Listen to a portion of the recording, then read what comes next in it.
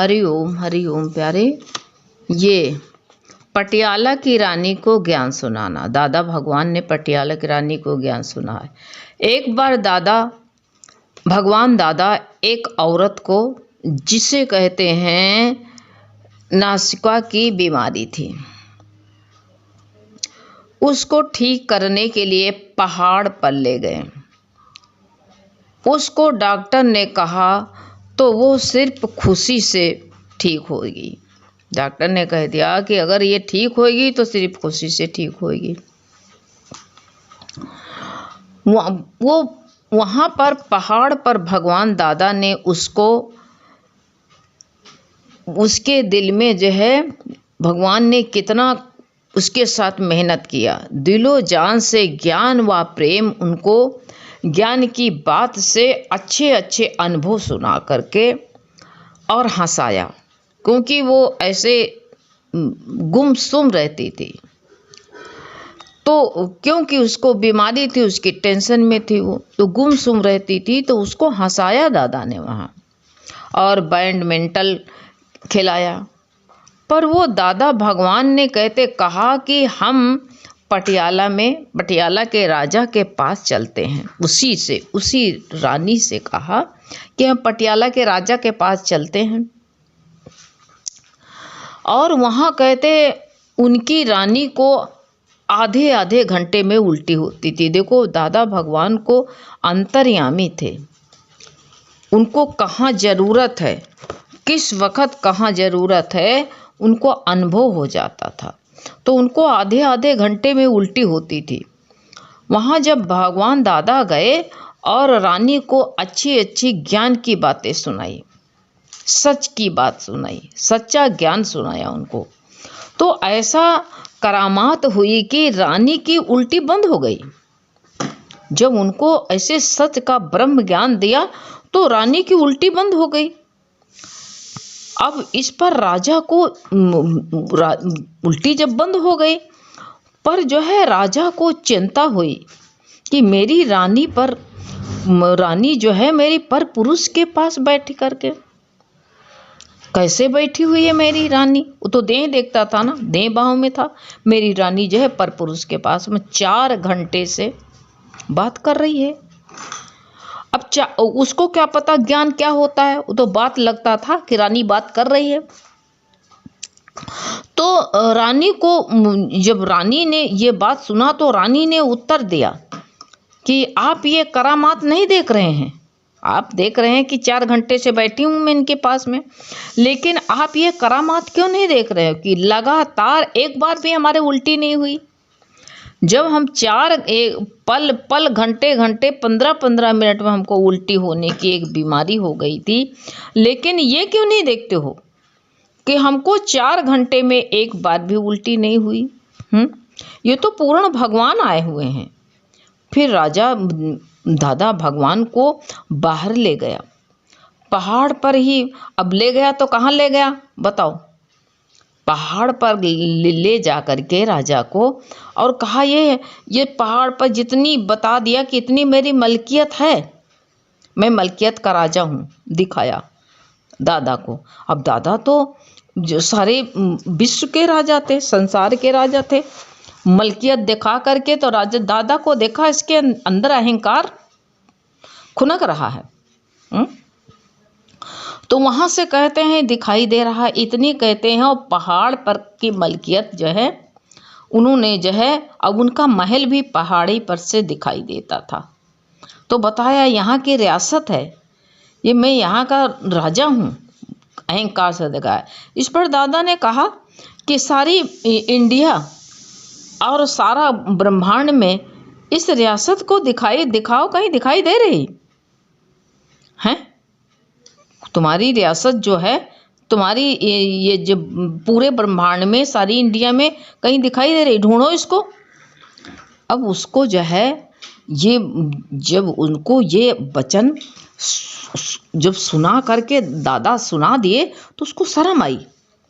भगवान दादा ने कहा तू हद का मालिक है, मैं बेहद का मालिक हूँ। सृष्टि की मलकियत को छोटी सी हद देख करके वो खुशी होगा। बड़ा खुश हो रहा था। भगवान कहते हैं ये जो खुश छोटी सी चीज को देख के खुश होता, जड़ को खुश होता देख करके, तो दादा को नहीं अच्छा लगता है। अहंकार कहते भगवान का भोजन ही अहंकार है। तो दादा कहते मैं सारी मलकियत का मालिक हूँ, ये छोटी सी हद को देख करके मैं खुशी होंगी। भगवान दादा की ये कहते हैं निरासक्त की भावना दीदार राजा का और रानी का हुआ। जब ये सुना राजा ने तो कहा ये तो निरासक्त हैं, उनको जो है अहंकार चूर कर रहा था। जब अहंकार चूर हो गया ना, तभी जो है उनको ये लगा कि ये तो बादशाह हैं, ये तो सारी सृष्टि के राजा, इनको तो पर कोई असर ही नहीं पड़ता है। और इसी तरह दादा भगवान ने कहते हैं कि हैदराबाद सिंध में एक लड़की थी, उसको टीबी की बीमारी थी, और वो बीमारी कहते हैं ये बीमारी के वजह से बिस्तर पर ही लेटी रहती थी, बिस्तर पर ही रहती थी और हर चीज बिस्तर पर ही मांगती थी। भगवान दादा ने उसको बहुत प्यार किया और वो साथ दिया, उसको अमृतसर लेकर के गए, बीमारी वाली लड़की को अमृतसर लेकर के गए। एक दिन उसने पानी मांगा, कौन से वो बीमार लड़की ने पानी मांगा, और भी संगत रही होगी, तो पानी मांगा कि हमको उठा के पानी दो। पानी मांगा वो लड़की ने, दादा ने उसको बड़े प्यार से जब पानी मांगा उसने, तो दादा ने, भगवान दादा ने कहा कि तो आप ही खुद उठा करके ले, पानी पी ले ना, उठा करके पानी पी ले। अब अमृतसर में पंप चला करके पानी भरते थे। अब उसको ये था कि मैं बहुत बीमार हो गई थी, उसकी शक्ति नहीं थी, तो कहा पंप चला के पानी भरते थे। उसने कहा मैं गिर जाऊंगी दादा। कहा तू गिर जाएगी, हैं? खुद पानी पियो, भर करके पानी पियो, गिर जाएगी तो मैं उठा लूंगा। हिम्मत बढ़ाने के लिए दादा देखो क्या कर रहे हैं। कहा गिर जाएगी तो मैं खुद उठा लूंगी, पानी भर के पी। कहा मैं उठा लूंगा। उसने हिम्मत करके पंप चलाकर पानी भरा और पिया, तो उसको विश्वास आ गया। देखो कोई विश्वास दिलाता है, हिम्मत बढ़ाने वाला कोई मिले। संसार में तो सब घटाने वाले मिलते हैं, गिराने वाले, लेकिन कोई संत ही दुनिया का होता है कि जो है वो गिराता है, उठाता है। दादा ने उसकी हिम्मत बढ़ाने के लिए कहा। उसको विश्वास आ गया कि अपने आप चल सकती हूँ मैं, जब पानी चला के पी लिया तब तो चल सकती हूँ। वो गिरी नहीं, फिर वह अपनी सेवा अपने आप करने लगी। बताओ, जब दूसरे का सहारा लेकर चलती थी, दूसरे से पानी, दूसरे अपने बिस्तर पर सब मांगती थी, लेकिन जब दादा ने उनकी हिम्मत बढ़ाई तो अपनी सेवा वो खुद करने लगी। अपने आप चल सकती हूँ मैं, भी वो सेवा करने लगी।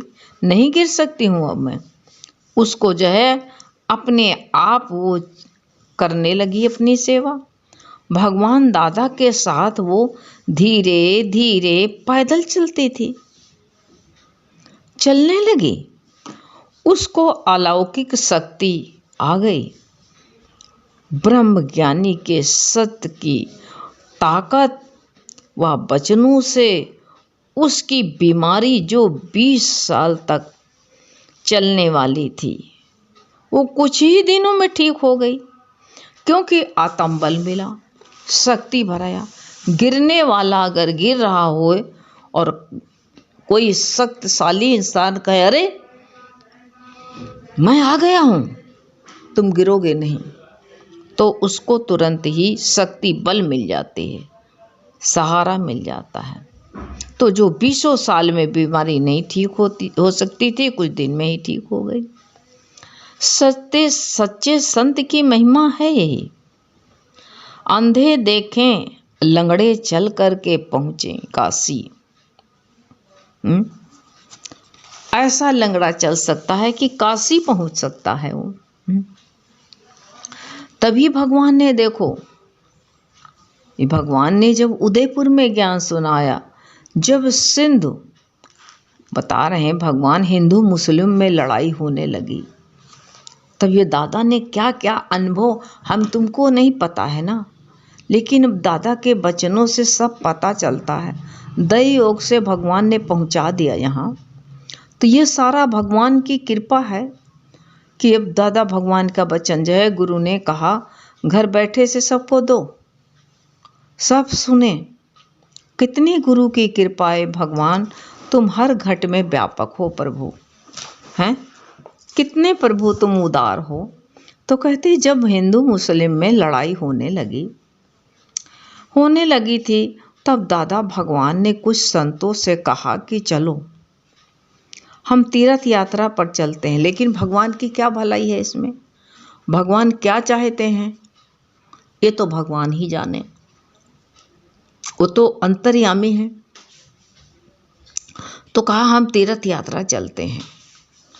लोग तो डर से घर छोड़ रहे थे, वैसे ही छोड़ के कहाँ जाएं, कैसे जाएं, किधर जाएं। तो वो जो है, तो उनको तो अच्छा चांस मिल गया, वैसे घर छोड़ करके डर के मारे कि कोई आ करके आक्रमण ना कर दे, वैसे ही छोड़ रहे थे। वो कुछ बैठे थे, परंतु भगवान को मालूम था कि आगे क्या होने वाला है।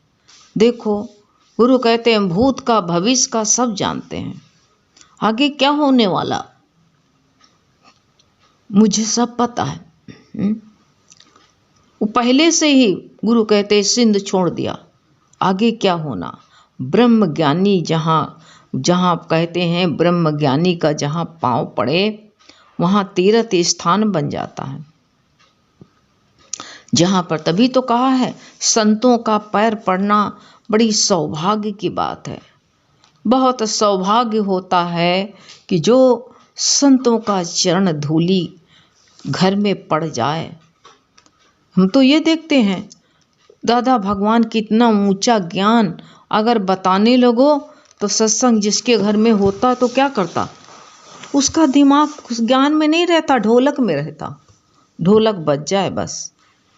कितना दर्द होता है कि काश ये ज्ञान को भीतर उतार लेते तो कितना अच्छा होता।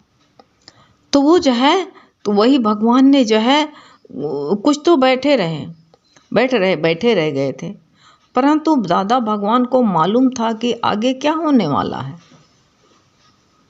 तो पहले से ही वो सिंध छोड़ दिए कि यहाँ बहुत हानि होने वाली है।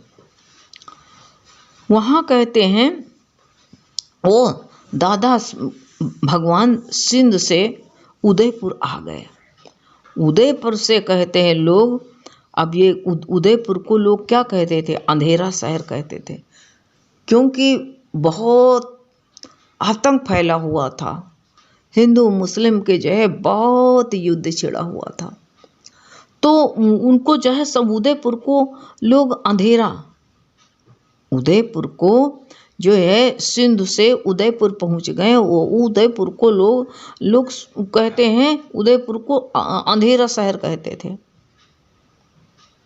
कि अंधेरा है यहाँ। पर भगवान के जाने से वहाँ रोशनपुर हो गया। अब बताओ, रोशनी इतनी फैल गई ज्ञान की, वहाँ पर कहते हैं कितनों को जागृत किया, कितनों को जागृति मिली। आज भी कहते हैं आपस में मिल करके सत्संग करते हैं गुरु दादा भगवान के वहाँ ज्ञान बोने से। तभी तो संत जहाँ जाते हैं वहाँ उजाला ही उजाला कर देते हैं। दादा भगवान ने कितनी रोशनी फैलाई, कितना उजाला किया कितनों को जो है जीवन दान दिया दादा ने। अब यही भगवान के संत जहाँ रहते नहीं हैं वहाँ प्रकाश ही प्रकाश फैलाते हैं, सोच लो। तो प्रकाश दिया भगवान ने, तो यही कहा गया है कि जो है उसको रोशनपुर हो गया वो। वहाँ पर कितनों को जो कहते हैं कितनी जागृति मिली, आज वो आपस में बैठ के सत्संग कर रहे हैं। हाँ, ब्रह्म ज्ञानी का जहाँ पैर पड़ता है वहाँ खैर ही खैर होती है, याद कर लो इसको। वहाँ पर खैर ही खैर है। तभी कहते हैं हॉस्पिटल का डॉक्टर था, अचानक उसकी दादा से मुलाकात हो गई। डॉक्टर ने बताया कि मैं बहुत दुखी हूँ। डॉक्टर ने दादा से कहा मैं बहुत दुखी हूँ, बहुत दुखी हैं दादा। तो उसको नींद नहीं आती थी। दादा भगवान ने कहा मैं तुमको गीता का ज्ञान सुना करके ठीक कर सकता हूँ। उसको चैलेंज दिया कि मैं गीता का ज्ञान सुनाकर तुमको मैं ठीक कर सकता हूँ, लेकिन अहंकार कहा मैं ठीक कर सकता हूँ। उसने कहा गीता तो मुझको तो मुजबानी जबानी याद है, मेरे पास कितने धार्मिक पुस्तक हैं, फिर भी मुझे शांति नहीं। अब बताओ, उसने बताया कि जो है मेरे पास बहुत धार्मिक ग्रंथ हैं, गीता तो मुझे जबानी याद है। अब देखो तर्क करने वाले कैसे कहते हैं, उनके अंदर तर्क चलता है ना, तो लाभ कैसे ले पाएंगे। सच्चा सद्गुरु अगर सामने आ भी गया तो वो अहंकार के कारण उससे ज्ञान नहीं ले सकते हैं।